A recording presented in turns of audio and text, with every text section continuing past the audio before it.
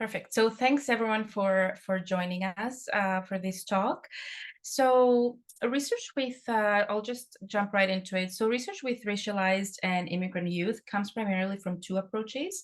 The first has looked mostly at general or traditional forms of bullying as we know it, so relational, cyber, social, physical, etc.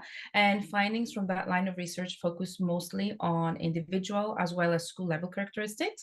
And then there is the second form that is racialized bullying that falls under the umbrella of bias-based or stigma-based bullying. And here we look at racialized, ethnic, cultural, and immigrant bullying. So under this topic, I'll go over some emerging findings in terms of prevalence, impacts of mental health on mental health, as well as what we know so far for perpetrators of this type, as well as bystanders. So to set the context for studying ethnic differences, we first need to look at the increasing diversity in schools and the growth of migrant populations across countries. And by migrant, I'm referring both to economic immigrants as well as to refugee students. So schools are becoming more and more diverse, and that inevitably affects peer relationships and bullying dynamics in particular. Here in Canada, approximately 23% of the population identifies as foreign-born immigrants, and almost an equal number identifies as a member of a racialized group. And from our children, about 1/3 identify as immigrant under the age of 15. In the United States, we see similar characteristics, similar demographics, but more homogeneous racial groups. So there's approximately 30% Hispanic or Latinx individuals, 22% Black, and similar immigration levels as we see in Canada.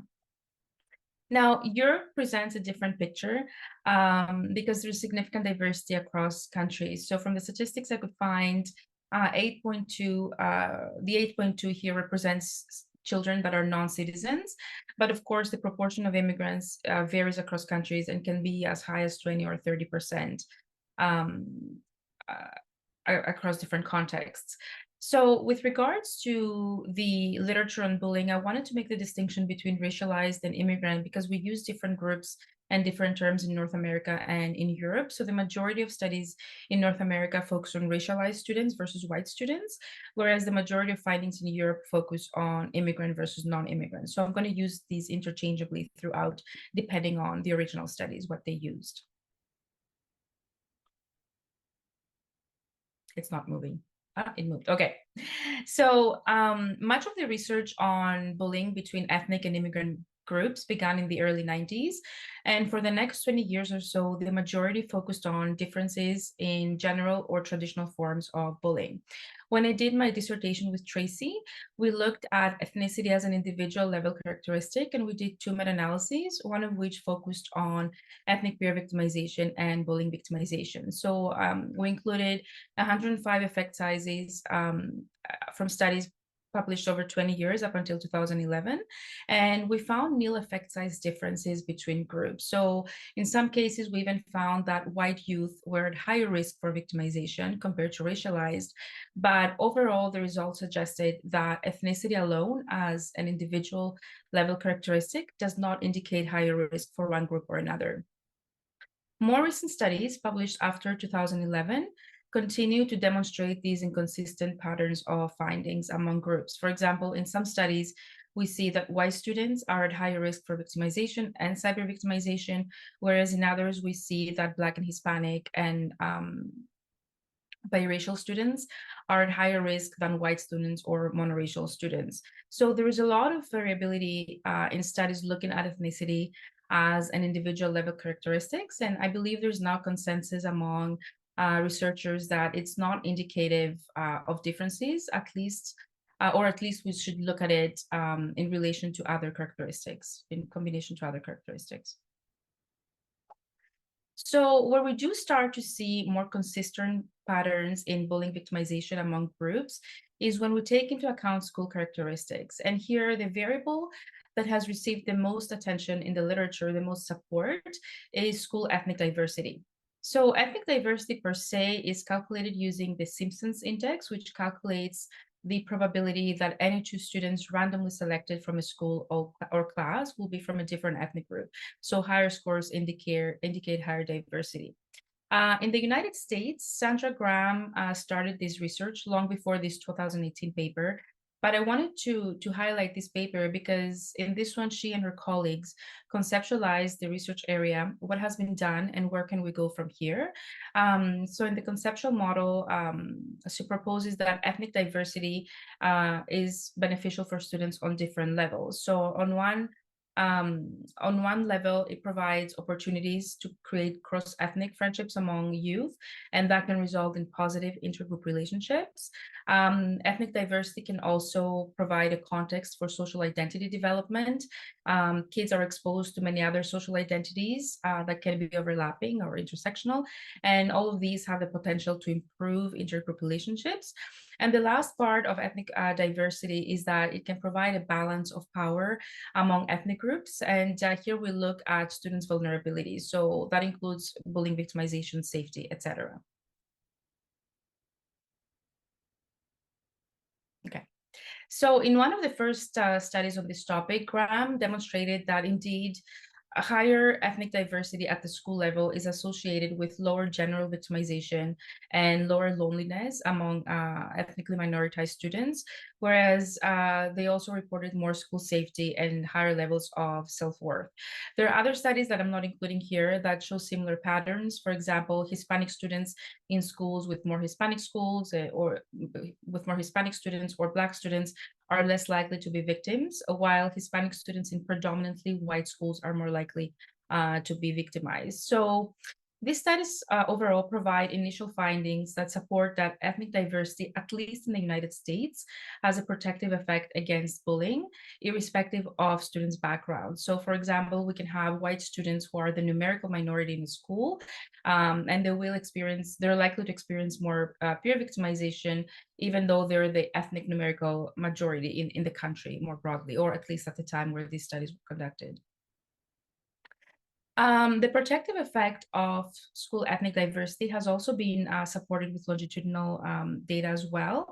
So in a large study with 4 waves of data, I believe it was Graham and colleagues who found that the protective effects of school diversity, excuse me, are maintained over time as well, especially for classroom level diversity in middle school students. So here they also found that high diversity was the most protective at wave 1, where peer victimization was also more prevalent. The magnitude of association was decreased over time, but this was resulting also from the fact that peer victimization was also declining over time. But at the school level, it seems like over time there seems to be a protective effect. School level effects have also been looked at using ethnic or immigrant composition or concentration. So looking at the proportion of ethnically minoritized students or immigrant students instead of ethnic diversity. Here in Canada, in one of our studies with Tracy, we showed that an increasing proportion of racialized students in Canadian schools was associated with less victimization for racialized students. And that's a finding that we've also found when looking at immigrant concentration at the school level, being protective against victimization for immigrant students. Where things start to look a little bit different are in Europe, where findings are more mixed when it comes to diversity and victimization. For example, in some studies, greater ethnic heterogeneity is associated with more victimization among minoritized students or among immigrant students. In others, they find that it's the midpoint, let's say 50% diversity, that increases the risk for victimization for immigrants and minoritized youth. In general, though, there was a recent paper that came out in 2022 that looked at all of the studies and whether ethnic diversity is protective. And the authors found that the majority of studies on ethnic diversity show a null result, so not significant associations. A substantial proportion of 18% show a positive association between diversity and lower victimization, and approximately 10% show a negative association. So school diversity is associated with more victimization. So findings do vary across countries, across samples, potentially across different measurement approaches, etc. Perfect. So how do we explain these types of findings? So we draw from several theories to explain the patterns of results. A common thread is conceptualizing bullying among racial or immigrant groups within the context of power imbalance. A power imbalance that seems to be happening at the group level when we take into consideration school contextual effects. The first hypothesis that received a lot of support from the studies that I just presented is the power imbalance hypothesis that comes primarily from the United States, according to which it's especially at the mid-level where no one group holds the numerical majority that we see less bullying victimization. So this goes back to the idea of group dynamics and power in bullying. In contrast, when we see low ethnic diversity, so let's say when we have 80% white students and 20% Hispanic or Black students, it's then that we start to see differences in bullying, such as the ones that I presented a couple of minutes ago. Excuse me. Another theory that has been used a lot, has been applied a lot, and also has received quite a lot of support is social identity theory, which focuses more on the in-group favoritism versus out-group bias between groups, so ethnic in-groups, ethnic out-groups. And here the idea is that when there's tension between group, we're going to see conflict, and we're also going to see more bullying behavior. In a similar vein, there's also the person context fit theory in relation to bullying, which posits that students who find themselves in contexts with similar others will be less likely to be victimized compared to where they're misfits. And this also ties in with the social misfit theory that says that any deviation from the norm will likely be linked to higher risk for victimization. This is true for racialized students and ethnic victimization as well. And lastly, we have the ethnic group competition theory that has been supported mostly in Europe. And essentially, this theory considers the extent to which outgroups pose a threat to the social dominance of the majority group. So here we have we have two groups striving for power. On one hand, we have racial majorities trying to maintain their power, and on the other hand, we have minoritized group who are striving, who want to gain more power. And so in these dynamics, they both engage in bullying behavior. So I'm going to turn now to racialized bullying, which was also first studied in the late 90s and early 2000s in Europe. And we see a first definition in McKenney and then later on by other researchers in Europe. So this definition of racialized bullying in particular encompasses the general characteristics that we see in bullying: intentionality, power imbalance, and repetition. But instead, the target is ethnic cultural characteristics that are rooted in prejudice. So this type of bullying is considered as intergroup because the target is a characteristic that characterizes an entire group. So it's about group membership, let's say country, skin color, religion, more so than individual characteristics such as being shy or wearing glasses or some other individual level weakness. So while on the topic of the definition, I only want to touch very briefly on how racialized bullying differs from racial discrimination, because the literatures are different, but they're also quite overlapping. So both involve a power imbalance. So targeting a social characteristic that defines a group that has a lower position theoretically in the society. But racial discrimination is generally considered as a distinct experience because it can be perpetrated unintentionally, whereas intentionality is central to the definition of bullying.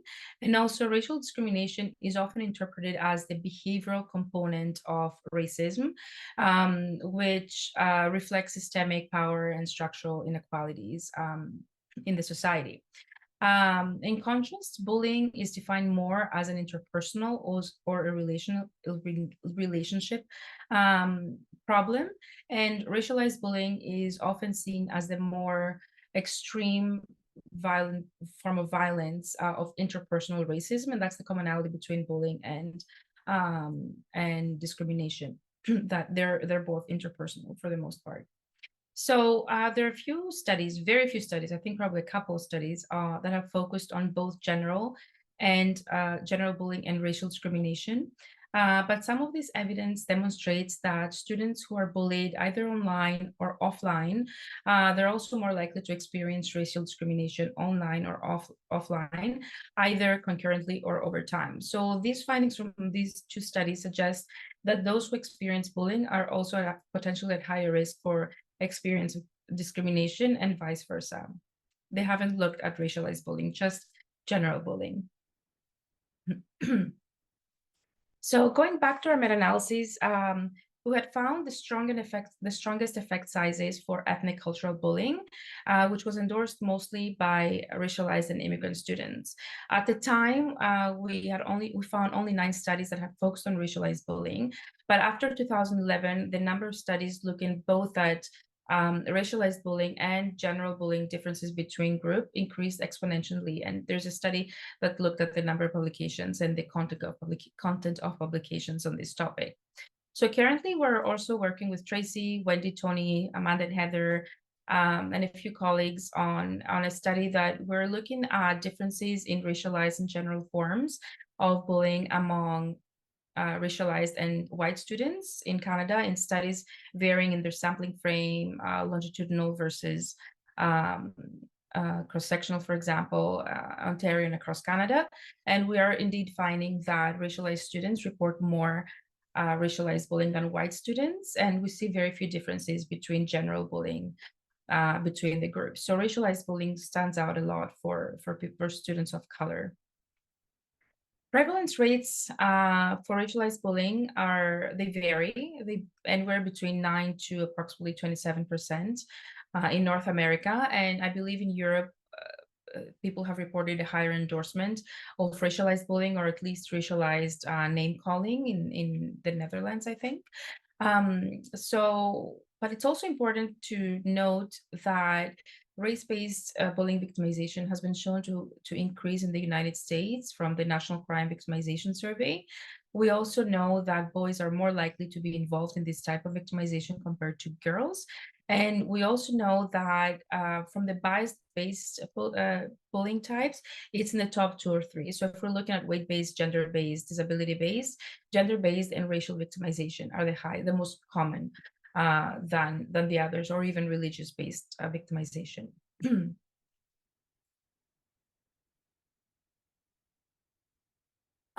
With respect to school diversity and racialized bullying victimization, there are studies that have shown similar patterns as we see in general bullying. So some students will experience more racialized bullying in schools where there are the numerical minority. But some of the studies also highlight, especially this one by Chan, that there are other characteristics, other indices that come into play. So in Chan's studies, they looked at student racial diversity, teacher ethnic diversity, and socioeconomic diversity at the school level, and prevalence of racialized bullying. And they found 4 different profiles of, high and low on these indices. And what they observed is that teacher diversity is a key characteristic when it comes to racialized bullying victimization. So at moderate levels of student diversity, it is socioeconomic status. So if there's a lot of diversity in terms of a lot of students from high and from low socioeconomic status, as well as where teachers are not diverse, that is associated with more racialized bullying. So the representation of the teacher bodies seems to be associated with bullying as well, but the specific mechanisms or processes, they haven't been examined yet. Another point that I'd like to make is about the measurement of racialized bullying, because measures in general are very rudimentary and typically assess the attribution for victimization. So on one hand, we have our standard measures of bullying. Have you been bullied verbally, socially, etc.? And then one item that asks students to attribute their victimization. So whether they have been bullied because of their race. So this type of approaches, they help us get a general prevalence rate of victimization, but they don't tell us much about how racial victimization is perpetrated. So there is an important limitation that people should look at looking at the crossover between general forms and racial forms of victimization. So, for example, have you been verbally bullied because of your race? And I think Tony Volk included this measurement in his study very recently. In a couple of studies that come from Europe that looked at ethnic cultural victimization by different subtypes, they did find that cultural verbal is more commonly endorsed by racialized students. And I believe the runner-up was physical victimization. So it seems to be mostly verbal, potentially social exclusion as well. Okay, so some of the consequences of racialized bullying. So we know bullying has negative effects on everyone's mental health and academic outcomes. There are some studies, though, that show that bias-based bullying, and especially racialized bullying, has a negative effect above and beyond general bullying victimization. So in some studies, for example, we see direct and indirect impacts on biological indices like BMI, blood pressure, a negative impact on HPA and stress, as well as the immune system. In other studies, we see worse mental health and substance use outcomes in racially victimized compared to non-racially victimized adolescents. We see higher suicidal ideation. Here we also see the role of teachers again. So that's a repetitive thing that comes into play. So when teachers are less involved with students, those who experience racial victimization tend to engage in more substance use. And here for the last point, this comes from a study in Europe that demonstrated that victims of racial bullying are more likely to engage in more violent behavior. And this might be especially true thinking of migrant kids when they have a strong ethnic identity, for example, and they don't identify well with their mainstream society. So here we're probably talking about kids who have a strong in-group orientation, kids who are not integrating well to their host society, or kids who are having trouble forming positive relationships in schools with low immigrant concentration in their environment. In another study from the United States, experiencing racialized bullying was associated with more emotional and behavioral problems and substance use problems and sleep problems. But what was interesting about this recent study was that they found a protective effect of ethnic diversity. So in particular, they found that victimized students in schools with higher ethnic diversity and school equity had lower levels of mental health problems. So the protective role comes in even for kids who experience victimization, the protective role of school equity and school ethnic diversity. Also, socioeconomic status also played a role in this study as well. And they found that victimized kids who were in poorer schools were more likely to have externalizing problems. So there are some processes there that SES and school characteristics have an effect, but we don't know exactly how if that's mediated by another process. So there's less literature, there are fewer studies on ethnic bullying perpetration. And specifically, we know less about differences between those who perpetrate general bullying versus those who perpetrate racialized bullying. A lot of the work on this topic comes from Europe, from Sweden, from a group that has focused on a set of on a set of characteristics relevant to perpetration. So some of this work has to do with students' attitudes towards immigrants and the rate of engaging in ethnic perpetration. And their findings show that having negative attitudes towards immigrants is associated with higher ethnic perpetration. However, this is qualified by high levels of impulsivity and high levels of general behavior. So it could be that kids who are prejudiced and who have difficulty regulating their impulses, or they may act without thinking, they might be more likely to engage in ethnic perpetration. Other studies also support an association between prejudice towards immigrants and ethnic perpetration. And another variable that has come into play is the belief that immigrants are a disadvantaged society. So in these find, for example, when people believe that immigrants come to take our jobs or they should know their place and be, lower in society, those kinds of beliefs among non-immigrant students in particularly are more likely to be, linked with bullying perpetration. Another thing, in a qualitative in a mixed study with 700 kids, so qualitative data from 700 kids, which is not very common. Researchers also found that the reasons for bullying peers differs by whether they're immigrant or non-immigrant. For example, non-immigrant students are more likely to give reasons that have to do with ethnic immigrant characteristics such as ethnic group, ethnic origin, language, skin color, religion, cultural habits, and they're more likely to ascribe racist motivations to the kids who bully others. For example, that they might have racist parental models or that they might fear, might be xenophobic, for example. Yeah. In contrast, for intra-group bullying, so when bullying kids from the same cultural origin or same group, most of the reasons for bullying focus around things like popularity and weaknesses.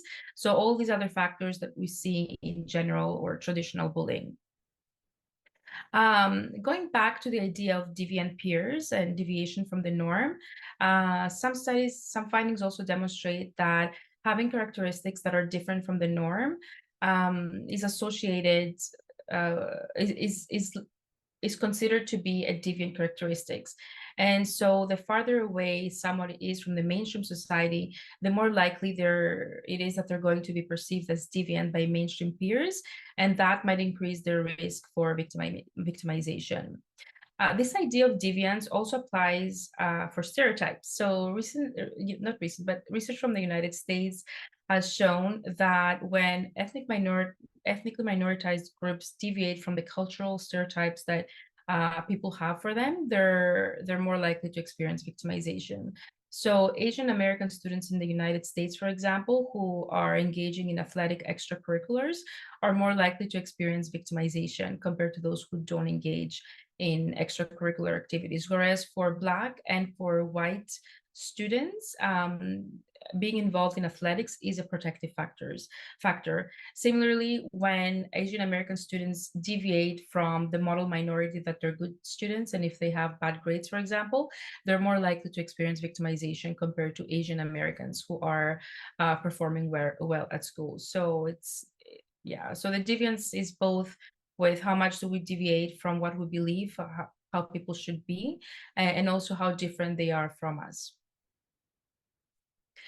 Similar to general perpetration, we also see moral disengagement playing a role in ethnic bullying perpetration.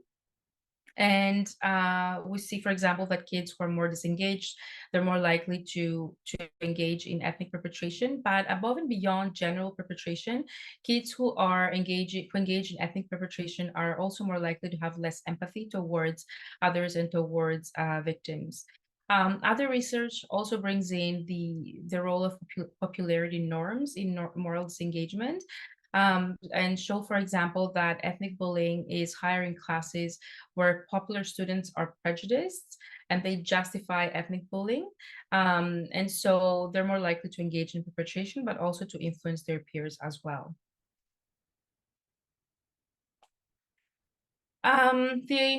Here in this slide, I'm not going to stay here very long. I just wanted to mention that again, we see this repetitive pattern of classroom or school diversity playing a role in ethnic bullying.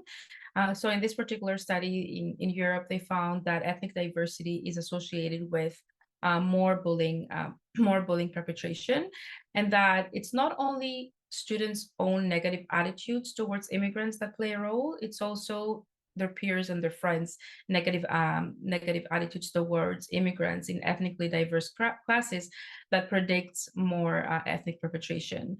So adolescents' friendships matter when it comes to their involvement in ethnic bullying.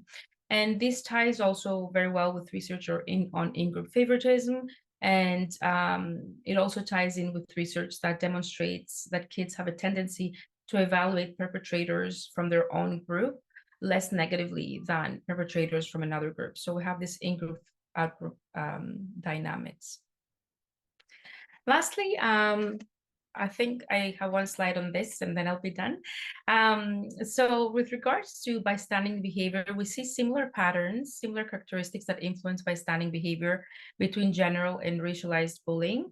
But again, going back to in-group, out-group relationships, we see that bystander behavior is affected differently if the victim is from one's own ethnic group. So for example, some findings show that bystanders are more likely to help in ethnic bullying if it's an ethnic group member that's victimized. And conversely, adolescents are more likely to support the bully if they are from the same in-group. It's also been shown that having less discriminatory tendencies is associated with challenging ethnic bullying perpetration. So to summarize, I think I forgot to say something about friends that I wanted to say, because it's here for bystanding behavior and engaging in ethnic perpetration. Another factor that plays into account in highly diverse classes that plays a role is that in highly diverse classes, so being friendly with immigrant students is also associated with less perpetration. So the idea that increased contact reduces prejudice is true, but it's also conditional on those interactions being positive. So just to summarize it all, this is a paper for future reading if anyone is interested, which essentially brings together all these different conditions that we as researchers should take into account. We're looking at ethnic bullying, victimization, and perpetration. And just to highlight a couple, they talk about the way we measure bullying, whether we're using a definition or not. We're talking about if ethnicity is measured with standardized or other indicators. We're looking at classroom and school ethnic composition. So it's a topic in bullying that needs multiple levels of variables when we look at it to determine who's at risk, the impacts, and all the other intergroup processes that take place. So that's it. Thank you.